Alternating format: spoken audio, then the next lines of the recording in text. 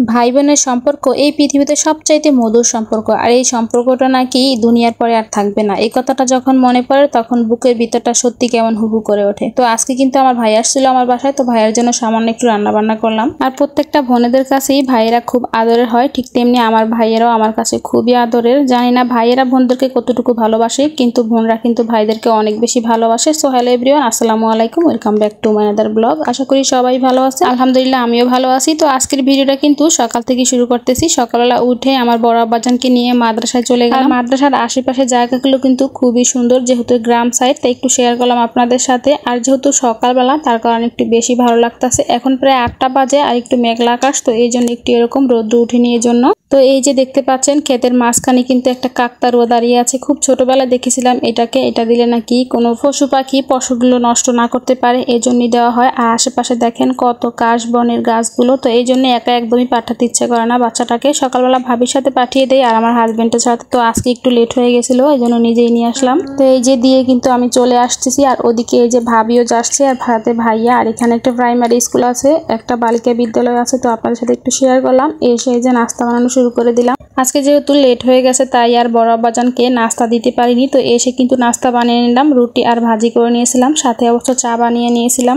এরপর দুজনে নাস্তা শেষ করলাম, এরপর রান্না করার জন্য চলে আসলাম। তো এখানে আমি মাথার মাংস রান্না করার জন্য নামিয়েছিলাম। এটা হচ্ছে গরুর মাথার মাংস, আর সাথে শিং মাছ ভিজিয়েছিলাম রান্না করার জন্য। তো শিং মাছ ভুনা করব, সাথে গরুর মাথার মাংসটাও ভুনা করে নেব। আর রাইস কুকারে ভাতটাও বসিয়ে দিলাম এদিকে। এরপর কিন্তু সবকিছু গুছিয়ে নিয়েছি রান্না করার জন্য। তো গরুর মাথার মাংসটা আমি আগে রান্না বসিয়ে দেব, তো খুব ভালো করে একটু ধুয়ে নেব এখন। তো এদিকে কিন্তু প্রেসার কুকারের ভিতরে আমি সব ধরনের মশলা দিয়ে মশলাগুলো খুব ভালো করে কষিয়ে নিয়েছি। এখন গরুর মাথার মাংসগুলো দিয়ে দেব। সবগুলো মাথার মাংস দিয়ে খুব ভালো করে নেড়ে ছেড়ে একটু কষিয়ে নেব। তো আমার কাছে অল্প কিছু রান্না করলে কষিয়ে রান্না করলেই ভালো লাগে মাখিয়ে রান্নার থেকে, তো আমি কষিয়ে জন্য রান্না করি। এখন কষানো হয়ে গেলে কিন্তু আমি গরম পানিটা দিয়ে দিচ্ছি। গরম পানিটা দিয়ে হালকা একটু নেড়ে ছেড়ে দিয়ে এরপর ঢাকনা দিয়ে কিছুক্ষণ রান্না করে নেব। পরে প্রেসার কুকার থেকে বের করে আমি রাইস কুকারে দিয়ে দিলাম, কারণ বেশি সিদ্ধ হয়ে গেলে আমার ভাই একদমই খেতে পারে না, তার জন্য কিন্তু আমি রাইস কুকারে দিয়ে দিলাম। দিয়ে কয়েক পিস রসুন দিয়ে দিলাম। আমার কাছে মাংসের সাথে কিন্তু রসুন দিলে অনেক বেশি ভালো লাগে, বিশেষ করে গরুর মাংসের সাথে। তো যাই হোক, এখানে কিন্তু আমি আমার আব্বুর জন্য শিং মাছ রান্না করতেছি,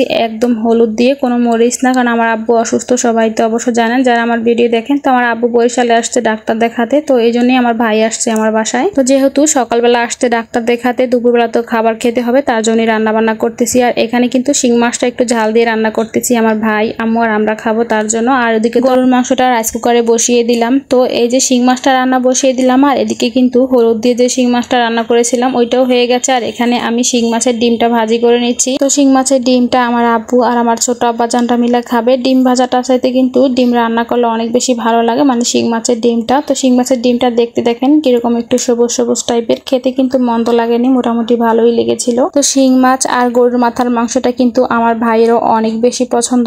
আসলে বোনেরা সব সময় ভাইদের পছন্দের ব্যাপারটা মনে রাখে, আর নিজের হাতে কিছু রান্না করে খাওয়াতে পারলে তো অনেক বেশি আনন্দ পায় বোনেরা। আসলে বোনেরা ভাইদেরকে যে কতটা ভালোবাসে সেটা তারা নিজেরাই জানে। আমার মতো যারা বোন আছেন, ভাই আছে যাদের, তারা অবশ্যই জানেন যে আসলে ভাইদের প্রতি বোনেদের কত একটু ভালোবাসা থাকে। তো রান্না বান্না করলাম, এদিকে আমার ভাইও চলে আসছে। তো আমাদের জন্য কিন্তু অনেকগুলো মজা কিনে নিয়ে আসছে, আইসক্রিম নিয়ে আসছে। তো খাওয়ার শেষ মুহূর্তে মনে পড়লো যে একটু ভিডিও নেই, তখন একটু ভিডিও নিলাম। আর কোন আইসক্রিম শেষ অংশটুকু খেতে কার কার ভালো লাগে আমার মতো অবশ্যই কমেন্ট করে জানাবেন। আর একটা কথা কি জানেন, আমি শুনেছিলাম ভাই বোনের মধুর এই সম্পর্কটা নাকি এই পৃথিবীর পর আর থাকবে না। এই কথার মনে বললে আমার মতো কে কে অনেক কষ্ট পান অবশ্যই কমেন্ট করে জানাবেন। আর আজকের মতো এখানেই শেষ করলাম। সবাই ভালো থাকবেন, সুস্থ থাকবেন। আল্লাহ হাফেজ।